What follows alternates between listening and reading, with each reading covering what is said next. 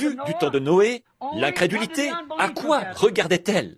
Je vous ai dit ce que le croyant a vu. Maintenant, voyons ce que les incroyants ont vu. Du temps de Noé, qu'est-ce que les incroyants ont vu à cette époque-là, quand eux ont regardé? Ils ont vu un fanatique qui travaillait maladroitement à la construction d'un soi-disant bateau. C'est tout ce qu'ils ont vu.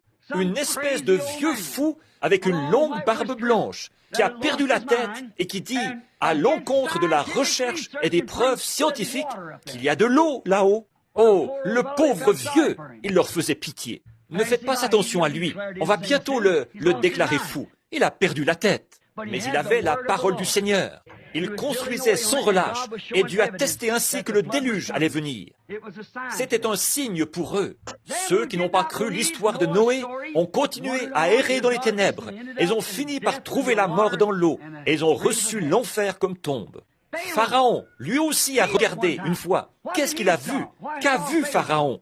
Il a vu un fanatique, un soi-disant prophète, avec beaucoup de prétentions de soi-disant délivrance. C'est tout ce qu'il a vu. Un tripoteur de boue, un esclave parmi le peuple, qui se déclarait envoyé de Dieu pour accomplir des miracles. Eh bien, on pensait que cet homme avait perdu. On disait, allez, laissez-le délirer, on va le déclarer fou dans quelque temps. Mais il avait l'ainsi dit le Seigneur. Les croyants, Aaron, Josué et beaucoup d'autres ont vu Dieu en Moïse. Et Moïse faisait les œuvres de Dieu. C'est ce qui leur faisait savoir que Dieu était en lui. Ils ont regardé et ils ont vu Dieu en Moïse. L'homme riche a regardé et il a vu exactement qui il était. Voyez? Mais il a refusé de le suivre parce qu'il aimait trop les choses du monde pour suivre Jésus. Combien d'hommes riches écouteront cette bande d'hommes de ce type-là? Il ne s'agit pas forcément toujours d'être riche en argent. Non, vous pouvez être riche en convoitise, riche en plaisir de cette vie.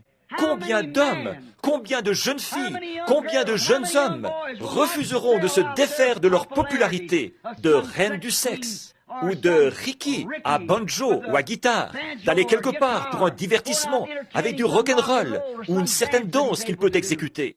Combien revendiqueront les richesses de leur popularité et refuseront ceci, alors qu'ils ont assisté aux réunions et qu'ils ont regardé la main de Dieu agir et confirmer sa parole? Combien le feront? Il a choisi sa dénomination. Il pouvait vivre en accord avec elle.